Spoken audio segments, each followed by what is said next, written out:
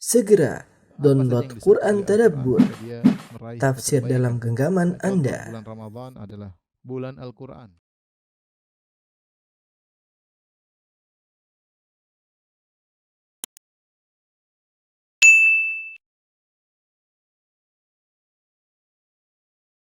Bismillahirrahmanirrahim. Assalamualaikum warahmatullahi wabarakatuh.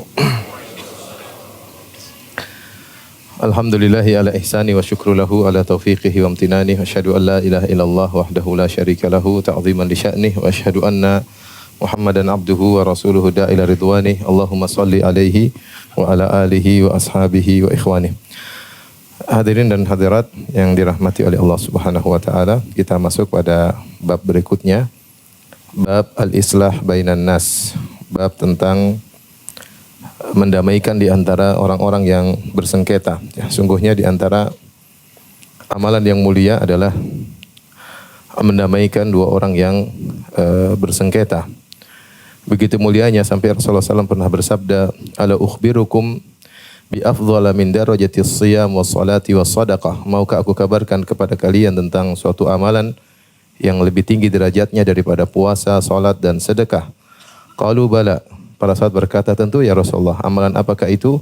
Qala islahu dzatil bain. Itu mendamaikan di antara dua orang yang bersengketa.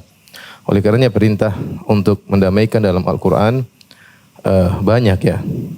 Seperti firman Allah, innamal mu'minuna ikhwatun fa aslihu baina akhawaykum wattaqullaha la'allakum turhamun. Sungguhnya kaum mukminin adalah bersaudara, maka damaikanlah di antara dua orang yang bersengketa, bertakwalah, semoga kalian dirahmati oleh Allah Subhanahu wa taala.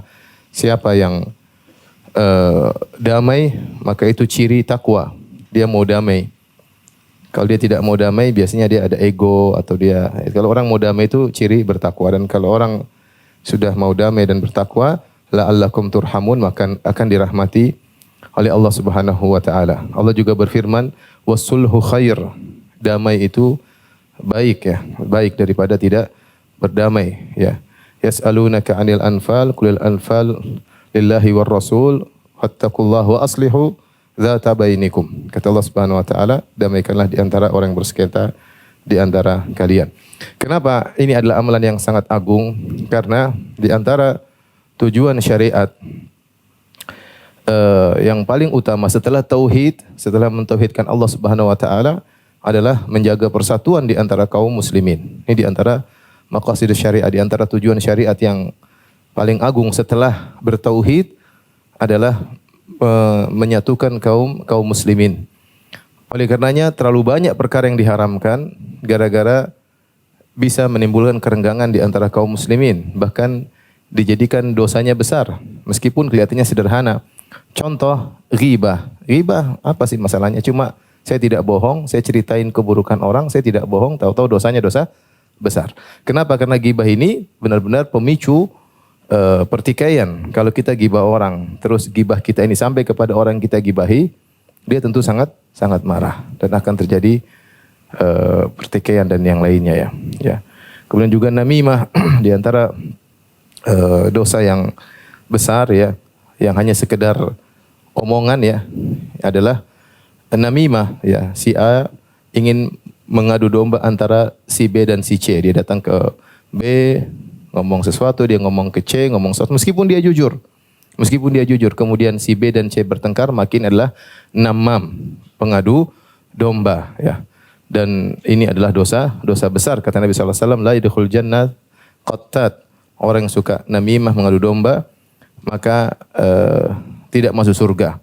Dan banyak amalan yang diharamkan seperti kata Nabi sallallahu alaihi wasallam, la tahasadu, jangan saling hasad. Kenapa? Hasad bisa menimbulkan pertikaian.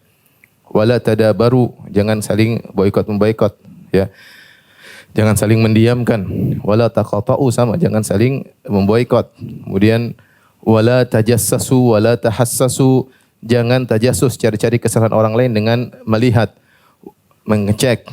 Wala tahassasu, jangan mencari-cari kesalahan orang lain dengan mendengar-dengar. Dua-duanya dilarang ya.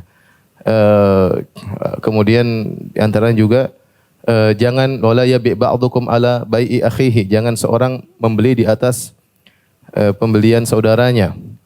Jangan dia menawar di atas tawaran saudaranya. Wala yakhtibur rajul ala khibati akhihi. Jangan seorang melamar di atas lamaran saudaranya ya. Wala yasumu ahadukum ala saumi akhihi. Jangan dia menawar di atas tawaran saudaranya. Artinya banyak sekali hal-hal yang dilarang yang semua itu menimbulkan pertikaian. Bahkan kata Nabi sallallahu alaihi wasallam, la yatanajal isnan duna thalith. Idza kuntum salasah, jika kalian 3 orang, maka jangan 2 orang berbisik-bisik, yang satu tidak diajak ngomong. Kenapa? Karena kalau 2 orang bisik-bisik, yang ketiga tidak diajak ngomong, dia akan tersinggung. Ini mungkin ngomongin saya, mungkin saya tidak dianggap, makanya saya tidak diajak ngomong. Setan akan mendiktekan macam-macam. Meskipun mereka berdua tidak ngomongin dia ya, tidak ya. Tapi tetap dilarang, adabnya demikian. Kenapa? Karena ini bisa menimbulkan apa? Pertikaian. Jadi kalau kita perhatikan syariat, banyak sekali perkara-perkara yang diharamkan gara-gara bisa menimbulkan pertikaian. Sebaliknya terlalu banyak perkara yang disyariatkan dapat pahala demi untuk mempererat. Contoh salam dapat pahala, jabat tangan dapat apa? Pahala, senyum dapat apa? Pahala, banyak sekali. Kenapa kita suruh sholat berjamaah? Supaya kita ada persatuan. Padahal paling enak sholat sendiri di rumah ya. Kalau sholat di masjid kan tergantung, terkadang kanannya enggak beres, terkadang kirinya enggak beres. Terkadang makmumnya enggak beres, terkadang imamnya enggak beres. Enak sholat sendiri di rumah. Tapi ternyata syariat menyuruh kita untuk apa? Sholat berjamaah, di antaranya untuk mempererat persatuan ya. Dan kemudian datang ke masjid, kumpul, sholat Jumat, sholat Id, dan macam-macam, banyak sekali kegiatan-kegiatan yang dianjurkan demi untuk persatuan. Di antara perkara yang menakjubkan di kalangan di perkataan para ulama, perkataan yang jujur tapi bisa menimbulkan pertikaian, hukumnya dosa. Perkataan yang jujur tapi bisa menimbulkan pertikaian, hukumnya dosa. Yaitu apa? Ghibah dan namimah. Ghibah itu jujur ya, dia tidak bohong. Dan namimah juga tidak disyaratkan bohong, dia jujur. Tapi gara-gara dia menukil berita ke A, menukil berita ke si B, akhirnya A dan B bertengkar meskipun dia jujur. Meskipun dia jujur. Jadi kejujuran kalau menimbulkan pertikaian bisa jadi dosa, bahkan dosa besar. Sebaliknya, bohong untuk perdamaian dapat pahala ya. Nanti akan kita bahas. Di antaranya bohong untuk mendamaikan dibolehkan dalam syariat. Padahal bohong asalnya dosa besar. Tapi jika dalam rangka untuk mendamaikan di antara 2 orang yang bersengketa, maka dapat pahala. Ini saya kasih muqaddimah untuk memberi gambaran kepada kita bahwasanya di antara ibadah yang agung adalah al-islah baina dzatil bain, yaitu mendamaikan di antara 2 orang yang bertikai. Bahkan dalam hadis tadi Rasulullah mengatakan lebih tinggi derajatnya daripada puasa dan salat dan sedekah, yaitu adalah mendamaikan 2 orang yang bersengketa ya. Bahkan di antara pendapat fuqaha, kalau ada orang ya, terkadang mendamaikan itu butuh duit, terkadang. Mendamaikan itu butuh apa? Duit. Saya pernah di Mekah ada kasus ya, saya sama seorang syekh, kawan. Kemudian 2 orang bertengkar, satunya mukul sampai kepalanya darah. Ribut. Akhirnya syekh tersebut manggil mereka berdua, ada saya waktu. Manggil terus dia kasih duit, saya lupa, ribuan real lah.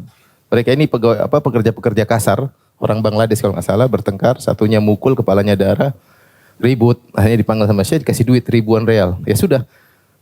Dia mengatakan saya maafkan. Kalau perlu pukul 2 kali. artinya mungkin luka sedikit dapat ribuan real. Ya, senang lah. Artinya terkadang kita mengislah itu butuh apa? Butuh biaya.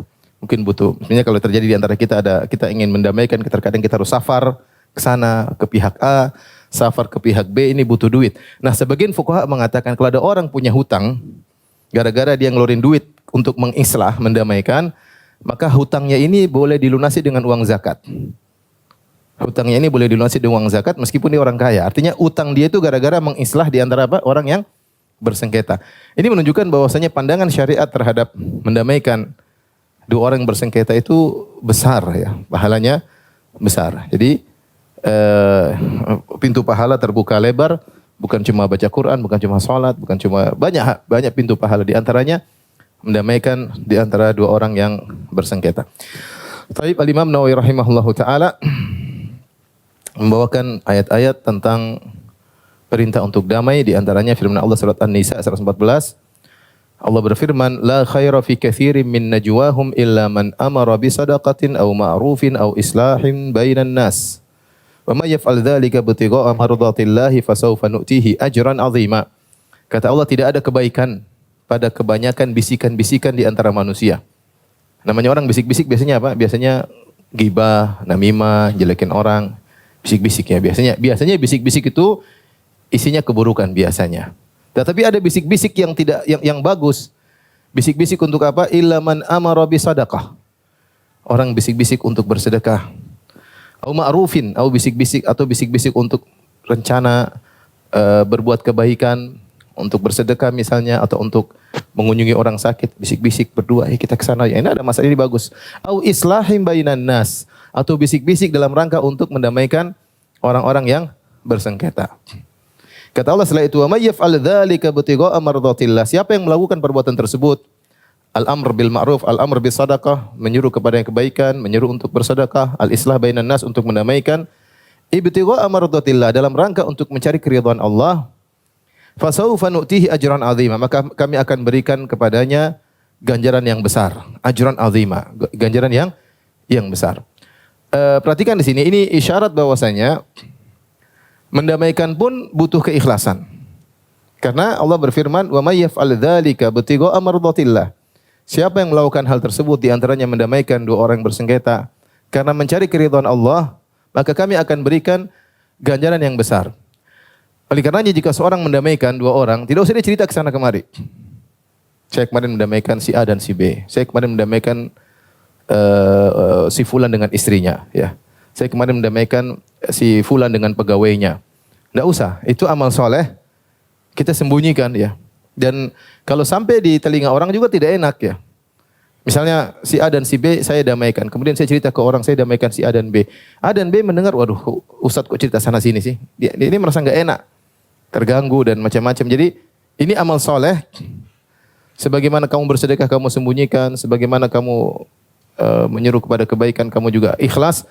Di antaranya ketika kamu ingin mendamaikan di antara orang yang bersengketa, hendaknya mencari keridhaan Allah Subhanahu wa taala. Bukan mencari duniawi dari kedua orang tersebut ya. Ada dua pengusaha bertikai. Kita damaikan nanti dapat apa? Dapat persenan dari perdamaian mereka. Enggak, jangan.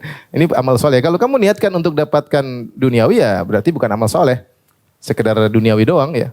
Tapi kalau kamu niatkan karena Allah, maka baru dapat pahala. Kata Allah, fasaufa nu'tihi ajran 'azima. Kami akan berikan ganjaran yang besar. Di antara faedah di sini Allah mengatakan la khaira fi katsirin min najwahum illa man amara. Tidak ada kebaikan pada kebanyakan bisik-bisik di antara manusia kecuali man amara, kecuali yang memerintahkan. Namun di kalimat berikutnya Allah mengatakan wa may yaf'al dzalika. Siapa yang melakukannya? Allah tidak mengatakan wa may ya'mur dzalik. Siapa yang memerintahkan untuk sedekah, untuk berbuat baik, untuk mendamaikan. Tapi Allah mengatakan barang siapa yang melakukannya, yang bersedekah, yang melakukan kebajikan, dan yang mendamaikan. Jadi awal ayat Allah mengatakan siapa yang memerintahkan. Memerintahkan ngomong, ayo berbuat baik. Damaikanlah mereka berdua. Cuma, lakukanlah kebajikan. Tapi ketika Allah berbicara tentang pahala, Allah mengatakan, "Wa may yaf'al dzalika," siapa yang melakukannya. Kenapa? Untuk isyarat bahwasanya yang memerintahkan atau menganjurkan sama dengan yang melakukannya, pahalanya sama. Antum paham tidak ya? Misalnya mau ditulis kah? Susah ya. Saya bacakan ayatnya, biarin aja. Allah berfirman, la khaira fi katsirin min najwahum illa man amara bi sadaqatin aw ma'rufin. Tidak ada kebaikan dalam banyak bisikan-bisikan kecuali orang yang menyeru, memerintahkan, menganjurkan. Untuk apa? Untuk bersedekah, untuk berbuat baik, untuk mendamaikan. Setelah itu Allah ketika bicara pahala mengatakan, wa may yaf'al dzalika, siapa yang melakukannya? Yaitu yang bersedekah, yang berbuat kebajikan, yang mendamaikan. Bukan siapa yang menyeru, memerintahkan. Allah mengganti, Allah tidak mengatakan barang siapa yang memerintahkan. Allah tidak mengatakan demikian, tapi Allah mengatakan barang siapa yang melakukan. Di sini faedah bisa kita ambil, berarti memerintahkan, menganjurkan, pahalanya sama dengan mengerjakan. Karena kaidah mengatakan, siapa yang menyuruh kepada kebajikan, kemudian orang tersebut melakukannya, pahalanya sama dengan yang menyeru. Ya.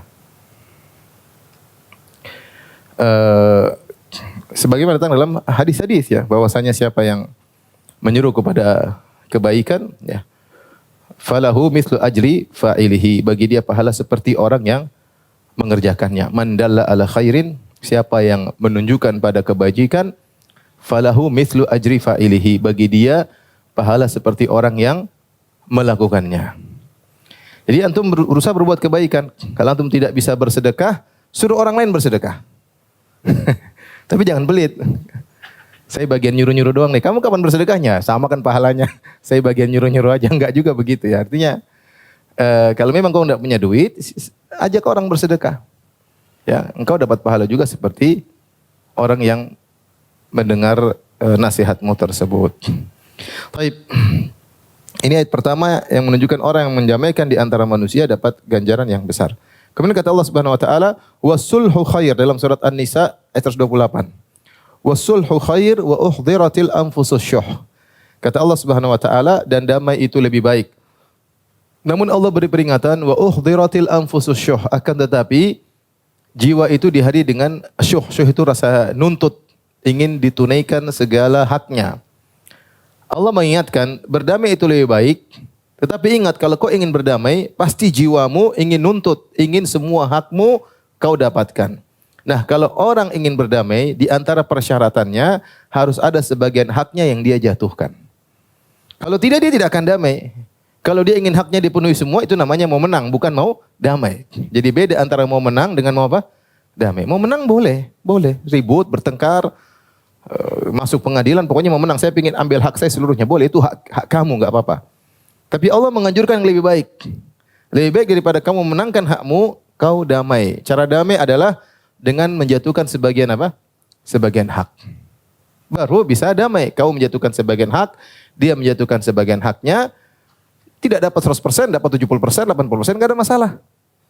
Maka timbul perdamaian, dapat pahala yang lain. Nah, dunia kita lepaskan agar mendapatkan pahala perdamaian. Wasulhu khair. Dan damai itu lebih baik. Lebih baik di dunia, lebih baik di akhirat. Ini kaidah yang harus terpatri dalam benak kita. Kita kalau ingin damai, ingin nyaman, ya harus ada hak yang kita jatuhkan ya. Seperti pertikaian di antara suami istri ya. Istrinya punya hak yang banyak, suami juga merasa haknya yang banyak tidak dipenuhi. Semua saling menuntut, ya nggak bisa damai, buyar kalau begitu. Tapi kalau ada yang saling mengalah, ya memang ada sebagian hak tidak bisa dipenuhi istri saya. Istri juga berkata ada sebagian hak saya tidak bisa dipenuhi oleh suami saya, sudah damai. Damai. Jadi syarat perdamaian adalah menurunkan apa? Sebagian hak, ya, sebagian hak. Namun ingat, ini beda dengan ketika kasus pengadilan. Kasus pengadilan, seorang hakim, ya dia harus menunjukkan mana yang benar, mana yang salah sesuai dengan kemampuan dia. Ya, dia tidak artinya dia tunjukkan ya bahwasanya secara hak, secara hukum seperti ini ya. Adapun ajakan perdamaian urusan lain ya, tapi dia menunjukkan yang benar, yang gini kalau terjadi pertikaian. Ya, kalau dia berhukum, dia harus menunjukkan mana yang lebih berhak, mana yang menang, itu dia harus tunjukkan akan hal tersebut. Ya, kalau diajak damai mau, ya alhamdulillah ya. Itu yang terbaik. Tetapi tugas dia adalah menjelaskan mana yang benar, mana yang yang salah ya. Jangan sampai dia menutup kebenaran, ayo damai saja. Sehingga akhirnya sahibul haq, pemilik kebenaran, tidak tahu dia di atas kebenaran. Ini enggak boleh, kata Syekh Utsaimin rahimahullah. Ya, artinya seorang hakim kemudian ketika ada dua orang bersengketa, dia langsung ngajak damai dengan menutup hakikat sebenarnya. Udah damai aja. Padahal dia tahu yang benar si A, yang salah si B. Ya. Itu tidak boleh, berarti dia menutup kebenaran.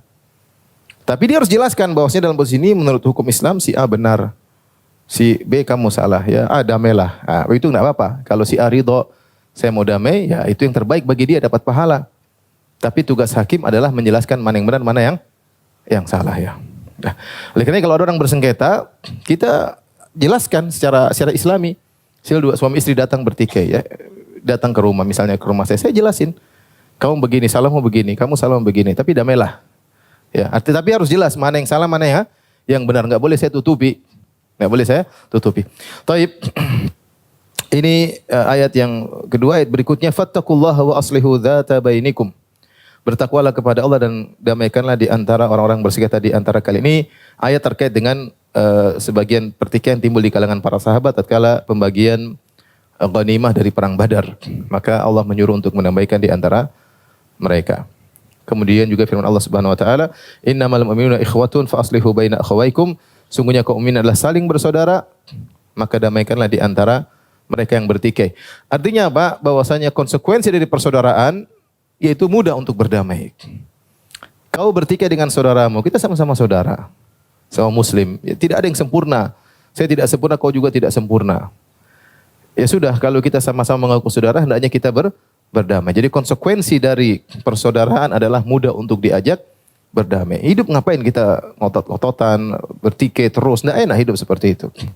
Apalagi bertikai dengan orang yang dekat dengan kita. Ya, satu jamaah masjid bertikai kan nggak enak. Satu sholat di ujung belakang, satu paling depan ya. Nggak, ketemu nggak enak. Nggak enak. Bertikai satu kantor nggak enak. Ribut teman kantor tiap hari ketemu nggak enak. Paling tidak enak lagi kalau bertikai sama istri. Tiap hari ketemu ya. Ya kalau bertikai sama orang di Amerika sana nggak ada masalah. Bertikai tiap hari ketemu, ribut. Nggak enak hidup seperti itu. Bertikai dengan keluarga, bertikai dengan saudara, nggak enak. Kita berusaha damai, memaafkan, menjatuhkan sebagian hak kita demi hidup lebih nyaman di dunia terlebih lagi di akhirat. Dan perdamaian tersebut ya terkait dengan tingkat keluarga sampai pada tingkat masyarakat. Tingkat keluarga seperti firman Allah Subhanahu wa taala tentang suami istri yang bertikai, kata Allah, faba'athu hakaman min ahlihi wa hakaman min ahliha iyurida islaha yuwaffiqillahu bainahuma. Kalau dua orang suami istri bertengkar tidak bisa ketemu, maka yang laki-laki mengutus, pihak laki-laki mengutus wakilnya, kemudian pihak wanita mengutus wakilnya, kemudian mereka berunding. Kata Allah, iyurida islaha. Kalau kedua wakil ini, wakil dari pihak keluarga suami, wakil dari pihak keluarga istri, inginkan kebaikan, yuwaffiqillahu bainahuma, maka Allah akan memberi taufik kepada keduanya untuk menuju pada perdamaian. Ini contoh Allah sebutkan ayat tentang perdamaian di antara suami istri ketika semua sudah buntu, sehingga harus menghadirkan wakil dari keluarga lelaki maupun wakil dari keluarga istri. Allah katakan iyurida islaha. Kalau mereka berdua ingin baik, maka akan diberi taufik dari Allah Subhanahu wa taala. Kemudian pertikaian pada tingkatan yang lebih tinggi seperti tadi masalah harta ghanimah atau bahkan pertikaian di antara dua kelompok ya. Maka mendamaikan itu pahalanya besar. Baik, semakin besar pahala ketika maslahatnya semakin besar. Mendamaikan bertingkat-tingkat. Syekh Utsaimin rahimahullah taala menyebutkan jika dua orang yang bertikai ternyata hubungan mereka lebih dekat, kemudian mereka bertikai, maka seorang yang mendamaikan pahalanya lebih besar. Beda pertikaian antara teman dengan teman, kalau kita damaikan dapat pahala. Beda dengan ketika kakak dan adik, pahalanya lebih besar lagi. Ada kakak adik bertikai, ini kita damaikan, pahalanya lebih besar lagi. Lebih besar lagi jika anak sama orang tua bertikai. Kemudian kita ajak ngobrol, kita berusaha mendamaikan. Kalau kita berhasil mendamaikan, pahalanya lebih besar lagi. Ya, jadi tingkatan islah pun bertingkat-tingkat. Demikian juga perdamaian antara dua orang yang bertikai beda dengan perdamaian antara 100 orang bertikai dengan 100 orang. Maslahatnya besar kalau 100 orang damai dengan seorang, maka maksud saya perbuatan islah mendamaikan ini pahalanya tidak satu. Tapi semakin besar maslahat yang diperoleh, maka pahalanya semakin besar. Pahalanya semakin besar. Taib, kita masuk pada hadis yang pertama. An Abi Hurairah radhiyallahu taala anhu qala Rasulullah sallallahu alaihi wasallam. Dari Abu Hurairah radhiyallahu anhu, Rasulullah SAW bersabda, kullu sulama minan nasi alaihi sadaqah. Setiap mifsal, setiap sendi yang ada pada manusia ada kewajiban sedekahnya. Ada kewajiban sedekahnya. Kita ini setiap manusia ada 360 sendi. Ya, 360 sendi dan setiap kita bangun pagi alhamdulillah nyaman semua. Ya, tidak ada yang konslet ya. Semua nyaman, kita gerakkan, semuanya enak ya. Ada minyaknya sudah di dalam, enaknya sudah semua sudah nih. Kalau ada satu aja sakit kan enggak enak rasanya ya. Ya sakit gerak sedikit sakit, ini nggak beres ya. Entah asam urat, entah keseleo. Kita bangun pagi, ada 360 sendi yang setiap sendi harus kita syukuri. Wajib kita syukuri setiap sendi tersebut setiap hari. Cara mensyukurinya dengan beramal soleh. Amal solehnya apa? Nabi SAW mengatakan sedekah. Ala kulli sulama minan nasi, kullu sulama minan nasi alaihi sadaqah. Setiap sendi ada kewajiban untuk disyukuri. Makanya di antara hal yang membuat kita lebih wajib untuk banyak istighfar adalah karena kita kurang mampu untuk mensyukuri nikmat yang Allah berikan kepada kita. Makanya ketika kita habis buang hajat, kita mengatakan gufranaka. Ya Allah, aku mohon ampunanmu. Kenapa? Karena Allah telah berikan kita nikmat. Di antara nikmat, sekian banyak nikmat yang Allah berikan kepada kita adalah kita bisa buang hajat dengan baik. Jika tidak, maka kotoran akan tertahan dalam perut dan kita akan merasakan sakit yang luar biasa. Ini salah satu nikmat dan masih banyak nikmat yang lain. Ketika kita sadar ini nikmat yang luar biasa yang sering kita lalaikan, kita bilang apa? Gufranaka. Ya Allah, aku mohon ampunanmu. Ini menuntut kita untuk banyak beristighfar, karena istighfar bukan hanya dosa yang kita lakukan saja. Di antara kesalahan yang harus kita banyak istighfari adalah kita kurang mensyukuri nikmat yang Allah berikan kepada kita. Ya. Contoh saja nikmat terkait dengan tubuh kita. Setiap sendi ada kewajiban untuk bersyukur. Kata Allah Subhanahu wa taala, "I'malu ala Dawud syukra." Wahai keluarga Daud, bersyukurlah dengan beramal soleh. Di antara bentuk syukur yang sesungguhnya adalah beramal soleh. Lihatlah Nabi SAW beribadah sampai kaki beliau bengkak, kaki beliau pecah-pecah. Ketika ditanya, kenapa anda beribadah seperti itu? Kata Nabi SAW, "Afala akunu abdan syakura." Kenapa aku tidak menjadi hamba yang pandai bersyukur? Nah, hadis ini mengajarkan kita untuk mensyukuri nikmat yang sering kita lalaikan. Seakan-akan nikmat sendi itu nyaman, tidak kita rasakan ya. Seakan-akan itu sudah rutinitas yang memang sudah konsekuensi Allah sebagai Tuhan bikin kita seperti itu. Jadi kayaknya bukan nikmat, kayaknya sudah tiap hari. Apakah di antara kita ketika bangun pagi kita sadar bahwasanya ini semua sendi harus kita syukuri? Saya rasa tidak, setiap kita seperti itu. Ya kita lewati hari-hari santai aja, nggak ada masalah. Kayaknya ya sudah ya. Tapi kalau kita sadar bahwasanya nikmat-nikmat tersebut mutajaddidah maksudnya diperbaharui oleh Allah setiap hari, nah kita akan timbul rasa syukur. Artinya apa? Setiap saat Allah bisa ambil sebagian nikmat tersebut. Sebagian saat Allah bisa bikin sebagian sendi kita macet. Olinya enggak baru. Sehingga ketika digerakkan sakit, itu luar biasa. Lihatlah, tanyalah pada orang yang kena asam urat sama orang yang kena apa? Saraf terjepit. Kayak apa rasanya? Sakit luar biasa. Sakit luar biasa. Keseleo kayak apa rasanya? Ya. Itu baru sendi yang keseleo, apalagi kalau hati yang keseleo. Intinya ini semua nikmat, bukanlah nikmat yang sekali jalan, dia diperbarui oleh Allah setiap hari. Dan makanya wajib bagi kita untuk syukuri setiap hari. Kata Nabi SAW, kullu yaumin tatlu fihi syams. Setiap hari ketika matahari terbit, kau bisa bersedekah. Caranya gimana? Ta'dilu baina itsnain, sedekah. Ternyata makna sedekah bukan hanya terbatas pada mengeluarkan uang. Amal soleh adalah bentuk sedekah sebagai bentuk syukur atas sendi-sendi yang Allah berikan kemudahan bagi kita tiap hari. Engkau mau berbuat adil di antara dua orang, itu sedekah. Wa tu'inu rajula fi dabbatihi fatahmiluhu 'alaiha aw tarfa'u lahu 'alaiha mata'ahu, sedekah. Engkau bantu seorang yang mungkin sudah tua, tidak bisa naik di atas tunggangannya, engkau angkat dia untuk naik di atas tunggangannya, maka ini sedekah. Atau kau angkat barangnya, dia sudah berat, dia punya onta, kau harus angkat barang di atas ontanya, kau bantu dia, ini juga sedekah. Wal kalimatu thayyibatu sedekah. Kata-kata yang baik adalah sedekah. Wa bi kulli khatwatin tamshiha ila sholati sedekah. Setiap langkah yang kau langkahkan menuju salat ke masjid adalah sedekah. Wa tumitul adza anit tariqi sedekah. Dan engkau menghilangkan gangguan dari jalan adalah sedekah. Dan makna ta'dilu bainahuma, engkau berbuat adil di antara dua orang, tuslihu bainahuma bil adl, yaitu engkau mendamaikan di antara dua orang dengan sikap adil.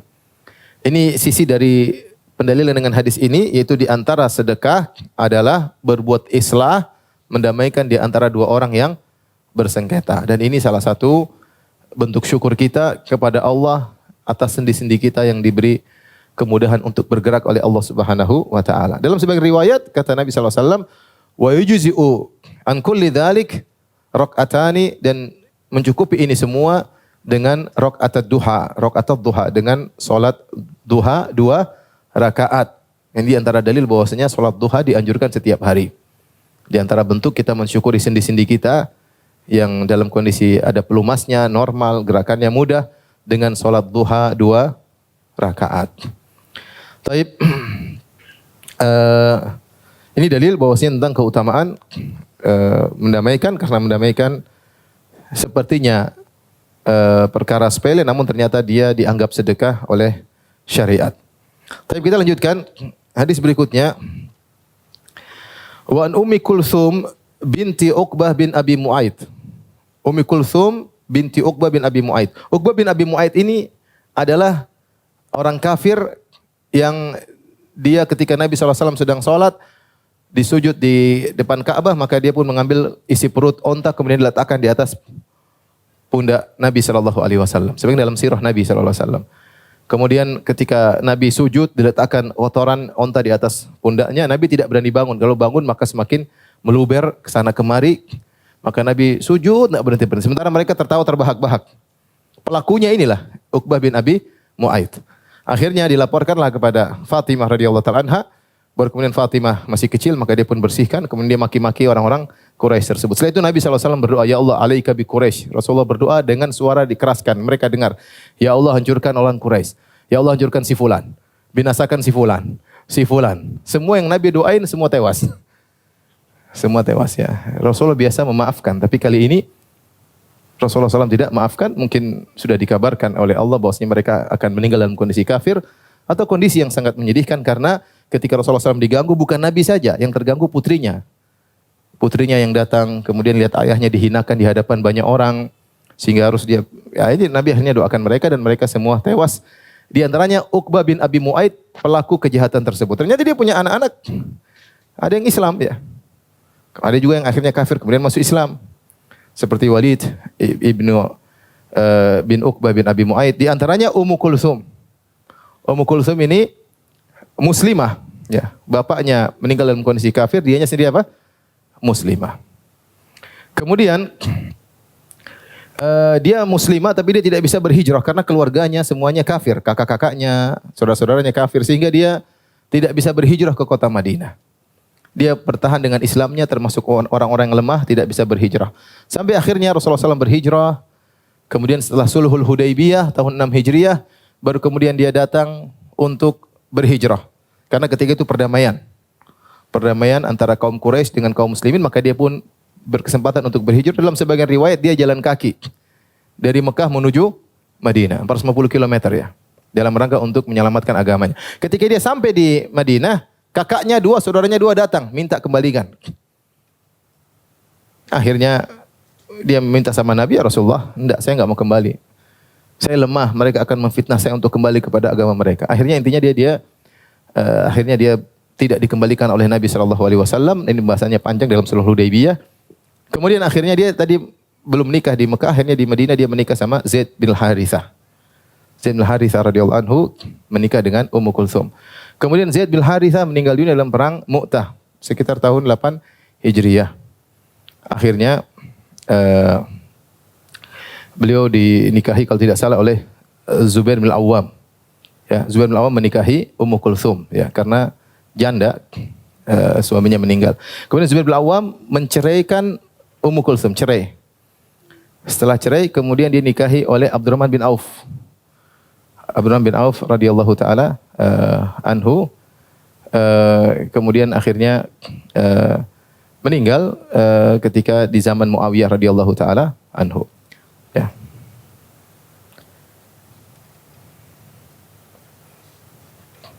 Kenapa saya sampaikan hal ini? Ada yang tahu? Ada yang bisa tebak? Enggak ada. Mau saya ingin sampaikan bahwasanya lihat bagaimana para sahabat dahulu ya. Nah, ini kita belum bisa lakukan ya. Artinya kalau ada janda temannya dia nikahi. Temannya meninggal langsung dinikahi ya. Bayangkan Zaid bin Harithah meninggal langsung ada sahabat yang nikahi istrinya. Enggak cocok cerai dinikahi lagi sama yang yang lain. Artinya begitulah mereka saling tolong menolong ya. Karena mereka tahu bahwasanya memperhatikan para janda dapat pahala yang besar. Ini ibu nanti tersinggung ya.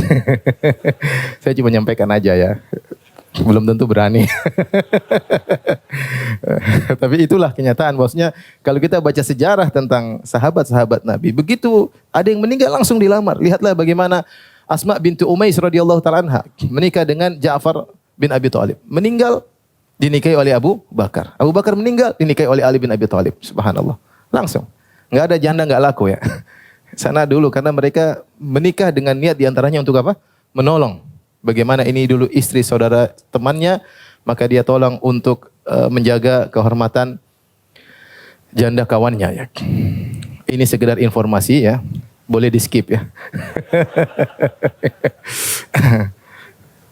Ya sekarang maksudnya kasihan ya kondisi ya. Kasihan para janda, kasihan para lelaki juga. Baik. Kita lanjut, itu sekedar intermezzo, kita lanjut ya. Sami itu Rasulullah SAW yakul, aku mendengar Rasulullah SAW bersabda. Bukan itu intinya Bapak-bapak, jangan perhatian sama yang tadi, yang ini. Kita sedang berbicara tentang mendamaikan orang yang bersengketa. Bukan masalah janda-janda ya, mohon maaf ya. Itu cuma sekedar intermezzo ya. Baik, perhatian yang ini sekarang. Sami itu Rasulullah SAW yakul, aku mendengar Rasulullah SAW bersabda, laisal kadzabu alladhi yuslihu bainan nas fayanmi khairan aw yaqulu khairan. Bukanlah seorang dikatakan berdusta, bukanlah pendusta, orang yang mendamaikan di antara orang-orang yang bersengketa, fayanmi khairan maka dia menyebutkan kebaikan, aw yaqulu khairan atau dia berkata-kata yang baik, muttafaqun alaih. Hadis riwayat Bukhari dan Muslim. Wa fi riwayat Muslim, dalam riwayat Muslim ada tambahan, qalat, walam asma'hu yurakhisu fi syai'in mimma yaquluhu an-nas illa fi thalath.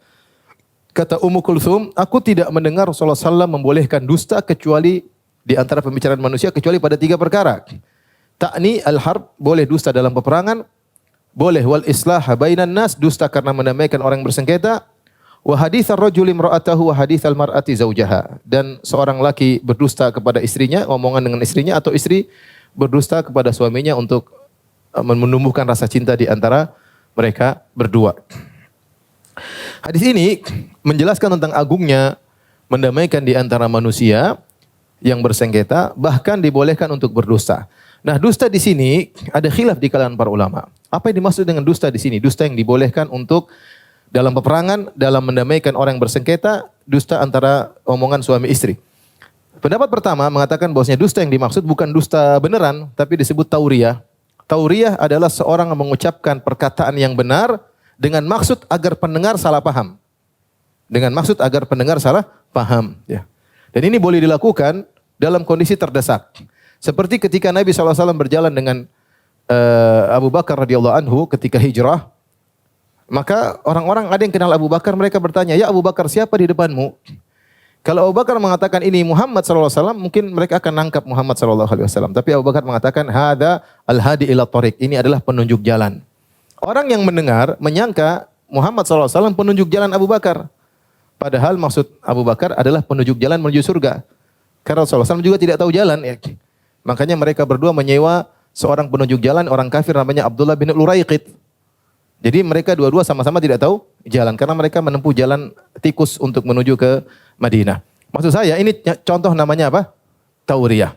Mengucapkan sesuatu yang benar dengan maksud yang mendengar salah paham. Namun ini tidak boleh dilakukan oleh seorang mukmin, enggak boleh. Kecuali dalam kondisi terdesak. Jangan setiap orang selalu tauriyah. Setiap ngomong selalu tauriyah. Ini ente ngomong yang benar, orang mukmin ngomong yang benar. Tauriyah melulu enggak benar ya. Seperti disebutkan sebagian ulama ketika dipaksa mengucapkan Al-Qur'an, Taurat, Injil adalah makhluk. Kalau tidak akan disiksa. Ketika itu banyak ulama yang terpaksa mengucapkan Al-Qur'an itu makhluk. Yang bertahan di antaranya Imam Ahmad. Imam mengatakan Al-Quran ghairu makhluk. Al-Quran bukan makhluk. Sehingga dia disiksa, dicambuk sampai terlepas dagingnya. Intinya, sebenarnya mengatakan karena dia takut dihukum, dia mengatakan At-Taurat, Al-Injil, Zabur, Al-Quran, hadhihi makhluk. Ini semua makhluk. Maksudnya jarinya yang makhluk. Faham? Dia bilang Al-Quran, Taurat, Zabur, Injil, ini semua adalah apa? Makhluk. Ini contoh tauriyah. ucapannya benar tapi dimaksud agar orang salah paham. Ini diperbolehkan dalam kondisi terdesak. Seorang mukmin tidak melakukan tauriyah kecuali terdesak ya. Nah, ini pendapat pertama mengatakan yang dimaksud dengan dusta yang dibolehkan adalah dusta model begini. Pendapat kedua mengatakan tidak, yang dimaksud dengan dusta yang dibolehkan benar-benar dusta. Artinya memang kita boleh berdusta dalam rangka untuk mendamaikan. Dan saya lebih condong pada pendapat kedua, bahwasanya dusta yang dimaksud benar-benar dusta diperbolehkan. Dalam peperangan, ya, berbohong kepada musuh ya, dan mengatakan kekuatan sedang banyak ternyata tidak ya. Membohongi mereka ya, dalam perangan boleh al-harbu khid'ah ya, bahwasanya perang adalah tipuan. Di antaranya misalnya berbicara antara suami istri juga boleh ya. Misalnya kita bilang sama istri kita, kamu adalah wanita tercantik di dunia ya. Istri kamu yang bohong besar ya. Oh, tercantik itu kok masih jelalatan katanya. Ya, tapi ini boleh, seperti ini boleh kita bilang, kamu tambah manis hari ini ya. Memang kemarin nggak manis, enggak, yang mana juga manis, sekarang lebih manis lagi. Misal, ini gombal-gombal seperti ini boleh ya, meskipun kita tahu itu isinya apa? Dusta ya. Tapi nggak ada masalah. Istri pun tahu dusta, dia senang-senang aja. Oh, masa sih? Iya benar demi Allah.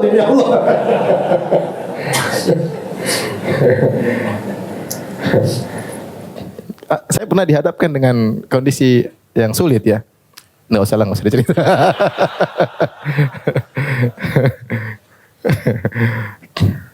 Jadi ada suatu hari intinya ada orang ingin dicarikan suami, saya ingin carikan, saya hubungi istri saya. Sayang, ini ada orang mencari suami begini-gini. Terus pertanyaan istri saya, cantik mana dia atau saya? Waduh. Ini benar ya susah, yang kita bilang cantikan dia repot. Cantikan kamu, yang jawabnya apa? Jawabnya gimana? Jelas cantikan kamu dong. Jujur apa dusta urusan Allah yang lebih tahu. Jadi intinya enggak mengapa kita gombal ya, tapi jangan terlalu sering gombal ya. Karena kalau sering gombal akhirnya tidak ada rasanya di sisi istri ya. Artinya sesekali ya kita puji ya, gombal-gombal dikit enggak ada masalah ya. Istri juga pintar gombal sama suami ya. Ya, gombal sama suami ya. Ya suami juga senang digombalin dikit-dikit, tapi jangan terlalu keseringan, biar kalau terlalu keseringan jadinya hambar ya. Ini diperbolehkan. Kenapa? Karena kemesraan antara suami istri sangat dituntut dalam syariat. Sangat itu dalam apa? Dalam syariat. Di antaranya boleh bohong untuk mendamaikan. Saya pernah mendengar, saya sering sampaikan cerita ini, saya pernah mendengar seorang syekh cerita, dia mendamaikan dua orang yang bertikai. Maka kemudian dia datang kepada si A, datang ke B. Ketika datang kepada si A, dia bilang, A, sungguhnya B sangat pingin ketemu kamu, sudah lama tidak ketemu, dia pingin undang kamu ke rumah. Padahal si B enggak pingin undang dia. Karena si A ini juga penuntut ilmu, dia bilang, Syekh, ente bohong atau benar? Jangan bohong, ingin damaikan saja. Benar atau bohong? Ditanya gitu. Syekhnya bingung juga, karena ini sudah sering ngaji juga. Di Saudi kan udah pada ngaji, nggak tahu. Mereka tahu hukum, boleh berbohong untuk apa? Mendamaikan. Makanya dia tanya, dia jujur atau bohong? Kata saya tersebut, benar. Demi Allah benar. Waduh, disuruh semua. Akhirnya saya tersebut mengatakan, demi Allah benar. Padahal enggak benar. Subhanallah. Akhirnya dia gelisah, Syekh ini gelisah. Dia tanya Syekh bin Bas rahimahullah ta'ala. Syekh begini kasusnya, begini dua orang bersaudara bertikai. Saya dipaksa sumpah, akhirnya saya bersumpah. Seingat saya dia mengatakan, Syekh bin Bas mengatakan tidak jadi masalah. Kapan dia minta sumpah lagi, sumpah aja nggak ada masalah ya. Akhirnya dia pergi kepada yang kedua, si ini pengen ketemu, akhirnya damai. Tapi orang dalam hal ini dia harus jeli ya, jangan sampai kebohongannya ketahuan. Karena kalau kebohongan ketahuan sudah buyar, tambah parah nanti. Makanya dia harus pandai dalam menyusun kata-kata, melihat situasi dan kondisi.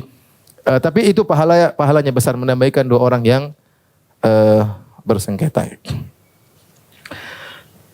Baik. Kita lanjutkan hadis berikutnya. Wa an Aisyah radhiyallahu taala anha qalat, dari Aisyah radhiyallahu anha beliau berkata, sami'a Rasulullah sallam sauta khusumin bil babi. Rasulullah sallam mendengar suara dua orang yang bersengketa di depan pintu Nabi sallallahu alaihi wasallam. Aliyatan aswatuhuma. Suara mereka keras. Dua orang bertikai di pintu Rasulullah sallallahu di pintu rumah, depan pintu rumah Nabi sallallahu alaihi wasallam. Wa idza ahaduhuma yastawdhi'ul akhara. Yang satu tiba-tiba berkata, sudahlah, turunkan harganya atau maafkanlah sebagian hutangku, saya tidak bisa bayar semuanya. Ada dua kemungkinan. Ada yang mengatakan maksudnya dia mengatakan turunkan harganya, ya jangan saya bayar full. Ada yang mengatakan sudahlah maafkan sebagian utang saya sehingga saya tidak bayar full. Wa yastarfiquhu fi syai', dan dia minta untuk kelembutan, lembutlah sama saya ya. Jadi yang satu nagih hutang, yang satu ditagih, dia minta diringankan. Wa huwa yaqul, sementara yang menagih berkata wallahi la af'al. Demi Allah saya tidak mau mengurangi hutang, harus bayar full. Ya, harus bayar full. Dua sahabat. Fa kharaja alaihi Rasulullah sallallahu alaihi wasallam pun segera keluar karena suara mereka keras. Rasulullah dengar. Dan ini dalil bahwasanya kalau memang pertikaian tersebut sampai besar, kita boleh tadakhul, kita boleh ikut untuk mendamaikan. Bukan ikut untuk meramaikan. Tapi untuk mendamaikan. Tapi kalau dua orang bertengkar, mereka diam-diam, tidak, kita jangan ikut-ikutan ya. Ada dua orang bertengkar, kita nggak usah ikut. Mereka menutupi perkara mereka di antara mereka berdua dan kelihatannya tidak ada maslahat, kita nggak usah ikut campur ya. Tapi kalau kelihatannya mereka membuka pintu agar kita bisa, atau kita kenal dekat sehingga kita merasa bisa mendamaikan, maka lakukan ya. Artinya tidak semua ada permasalahan kemudian kita ikut apa? Masuk ya. Lihat situasi dan kondisi, memungkinkan atau tidak, ada maslahat atau tidak. Ini baru bisa kita lakukan. Saya pernah ada dua orang bersengketa, dua-duanya telepon saya. Ustadz ini gini, satu lagi. Saya dengar sudah ada ustadz lain yang lebih senior dari saya, sudah nimbrung dan tidak selesai. Saya bilang, yang senior aja tidak selesai, apalagi saya. saya nggak mau ikut masuk urusan kalian, saya tidak mau. Kenapa? Menurut saya tidak ada maslahatnya. Karena masing-masing ingin mencari apa? Menang ya. Kalau ustadz senior sudah masuk tidak selesai, apalagi saya. Akhirnya saya tidak mau masuk dalam ranah pertikaian mereka. Entah mereka sudah damai atau belum, wallahu alam bisawab ya. Baik. Maka dia bersumpah orang ini, wallahi la af'al, demi Allah saya tidak akan kurangi hutangmu, harus bayar full. Fa kharaja alaihi Rasulullah sallallahu alaihi wasallam, karena mendengar suara mereka keras, Rasulullah SAW pun keluar. Faqala ainal muta'alli 'ala Allah la yaf'alul ma'ruf. Siapa tadi yang bersumpah demi Allah aku tidak akan melakukan kebaikan? Karena menggugurkan sebagian hutang, memaafkan sebagian hutang itu kebaikan. Sementara dia bersumpah demi Allah aku tidak akan mengurangi hutangmu. Faqala ana ya Rasulullah, maka sahabat semua, saya Rasulullah. Falahu ayu dzalika ahab, maka langsung dia kata dia, ya Rasulullah terserah deh. Ini terserah dia mau kurangi boleh, saya maafkan silakan. Karena ternyata Rasulullah SAW tegur apa? Tegur langsung. Ketika Rasulullah, siapa tadi yang bersumpah dengan nama Allah tidak melakukan kebajikan? Akhirnya dia merasa tersadar. Ketika Rasulullah bertanya demikian, secara langsung teguran dari Nabi SAW. Kok kamu bersumpah atas nama Allah untuk tidak melakukan kebaikan? Kalau kamu bersumpah tidak melakukan keburukan itu oke. Ini kamu bersumpah atas nama Allah untuk tidak melakukan kebaikan. Sebelum Rasulullah banyak menyampaikan nasihat-nasihat, dia langsung ngerti bahwasanya dia salah. Langsung dia mengatakan, falahu ayu dzalika ahabba, terserah dia Rasulullah. Dia mau gimana kan? Saya pasrah, enggak apa, mau dikurangi, mau ditunda pembayarannya terserah. Ya. Ini di antara dalil bahwasanya Rasulullah SAW masuk dalam urusan mereka dalam rangka untuk mendamaikan di antara mereka. Satu hadis lagi, masih ada 4 menit ya, 5 menit. Hadis terakhir dari Abu Abbas Sahal bin Sa'ad As-Sa'idi radhiyallahu anhu, anna Rasulullah sallallahu alaihi wasallam balagha Bani Amr bin Auf kana bainahum syarrun. Rasulullah SAW di Madinah, Rasulullah SAW mendengar kabar bahwasanya Bani Amr bin Auf tinggal di Kuba, Madinah. Dulu kota antara Madinah dan Kuba seperti dua kota yang berbeda ya. Kalau sekarang sudah satu kota. Dan jarak perjalanan kaki kira-kira 40 menit dari dari Madinah ke Kuba. Ternyata sampai berita kepada Nabi ada Bani Amr bin Auf sedang bertikai di antara mereka. Rasulullah mendengar mereka bertikai, Rasulullah SAW semangat untuk mendamaikan. Makanya perawi berkata, fa kharaja Rasulullah SAW yuslihu bainahum fi unasin ma'ahu. Akhirnya Rasulullah SAW bawa sebagian sahabat, langsung Rasulullah SAW menuju ke sana. Demi untuk mendamaikan sampai Rasulullah SAW terlambat sholat. Rasulullah SAW langsung berangkat karena pergi menuju Kuba butuh waktu. Dan dia bawa beberapa teman, ini perkaranya penting, Rasulullah ingin mendamaikan mereka. Wahanatis sholat, fahubisa Rasulullah SAW wahanatis sholat. Ternyata Rasulullah SAW tertahan di sana, karena urusan mungkin ngobrol sama mereka atau bagaimana agar mereka damai. Rasulullah SAW belum datang-datang sampai kota Madinah, sementara sudah tiba waktu sholat. Faja'a Bilalun ila Abi Bakar. Dan para sahabat ingin sholat tepat waktu. Dan mereka tidak tahu Rasulullah SAW kapan baliknya. Karena urusan mendamaikan tidak mudah. Sehingga Bilal berijtihad agar sholat segera dilakukan. Maka datanglah Bilal kepada Abu Bakar. Ya, kalau Rasulullah SAW ada berhalangan, maka yang lebih utama jadi imam siapa? Abu Bakar. Faqala ya Abu Bakrin, inna Rasulullah SAW qad hubis. Kata Bilal, wahai Abu Bakar. Sungguhnya Rasulullah SAW tertahan. Wahanati salat, dan sudah tiba waktu salat. Fahallaka anta uman nas, maukah engkau mengimami orang salat? Qala na'am in syi'ta. Kata Abu Bakar, na'am, kalau kau mau demikian, oke Abu Bakar. Oke Bilal. Perhatikan di sini, siapa Bilal, siapa Abu Bakar? Bilal budak yang pernah disiksa mau dibunuh, yang merdekakan siapa? Abu Bakar. Bilal Habasyi, Abu Bakar Quraisy. Bilal Habasyi, budak hitam yang pernah dimerdekakan Abu Bakar. Dan dia datang pada Abu Bakar, dia tidak mengatakan bos. Dia lah ya Abu Bakar, dia Abu Bakar. Ini suruh salat, gimana? Salat enggak? Abu Bakar dengan tawadhunya, terserah kamu. Subhanallah, terserah kamu ini siapa ini? Bilal, budak yang pernah dia apa? Merdekakan. Dia tidak merasa kayak kamu ini dulu sayang, kalau enggak kamu udah mati, tahu enggak? Enggak. Subhanallah, dia dengan penuh tawadhu dia mengatakan terserah kamu. Dia serahkan keputusan kepada apa? Kepada Bilal. Dia tidak mengatakan ya urusan saya, dan saya ngelihat kamu tugasmu azan doang. Enggak. Dia bilang terserah kamu. Langsung Bilal menegakkan salat, iqamat, fa aqama Bilalun as-salat. Iqamat. Wa taqaddama Abu Bakar fakabbara. Abu Bakar pun jadi imam, dia bertakbir Allahu Akbar. Wa kabbaran nas, orang pun bertakbir di belakang Abu Bakar. Wa ja'a Rasulullah sallallahu yamshi fi sufuf hatta qama fi shaf. Ternyata Rasulullah SAW datang. Subhanallah, ini kondisi yang tidak mengenakan ya. Abu Bakar jadi imam, Rasulullah apa? Datang ya. Datang kemudian masuk, Rasulullah SAW masuk di antara shaf. Fa akhadha an-nasu fi tasfiq. Orang gitu. Maksudnya ada suatu kejadian di belakang. Wa kana Abu Bakar la yaltafitu fi salat. Fi salati Abu Bakar tidak mau nengok, terus salat. Falamma aktsaran nas, orang begini terus. Abu Bakar enggak nengok-nengok. Akhirnya iltafat, akhirnya Abu Bakar nengok, ada apa? Ini boleh, nengok ada keperluan enggak ada masalah. Tapi kalau bisa nengok, tetap badan menghadap ke apa? Kiblat, sebisa mungkin, kecuali darurat. Jadi kita dalam keperluan boleh nengok begini, boleh ke belakang, boleh. Kalau memang ada hal yang mengkhawatirkan enggak ada masalah. Ya. Tapi usahakan badan tidak kecuali darurat. Taib hadirin hadirat yang dirahmati Allah Subhanahu wa taala, kita lanjutkan. Falamma aktsaran nas tasfiq, tatkala orang terus mukulkan tangan tepuk tangan tapi begini ya. Iltafata, maka Abu Bakar pun menengok. Fa idza Rasulullah sallallahu alaihi wasallam, tiba-tiba beliau melihat Rasulullah sallallahu di belakang. Fa asyara ilaihi Rasulullah sallallahu, Rasulullah suruh Abu Bakar tetap jangan mundur. Farafa Abu Bakar yadahu ya. Fa hamidallah, ya, maka Abu Bakar mengangkat tangannya ya. Yaitu dia tetap ingin mundur ya. Kemudian dia memuji Allah Subhanahu wa taala, faraja'a al-qahqara wara'ahu. Maka Abu Bakar pun mundur begini, bukan balik tapi mundur, tetap menghadap kiblat tapi mundur ke belakang agar Nabi yang maju, hatta qama fi shaf, sampai dia mundur ke saf pertama. Fataqaddama Rasulullah sallallahu alaihi wasallam, Rasulullah SAW pun maju melanjutkan salat. Fa shalla linnas, maka Rasulullah SAW mengimami salat. Falamma faragha aqbala 'alan nasi faqala. Setelah selesai salat, Rasulullah balik menghadap para jamaah, kebiasaan Nabi demikian. Kemudian beliau berkata, ayyuhan nas ma lakum hina nabakum syai'un fi salat akhadhtum fi tasfiq. Wahai jamaah sekalian, kenapa kalau ada sesuatu kalian begini, tepuk tangan?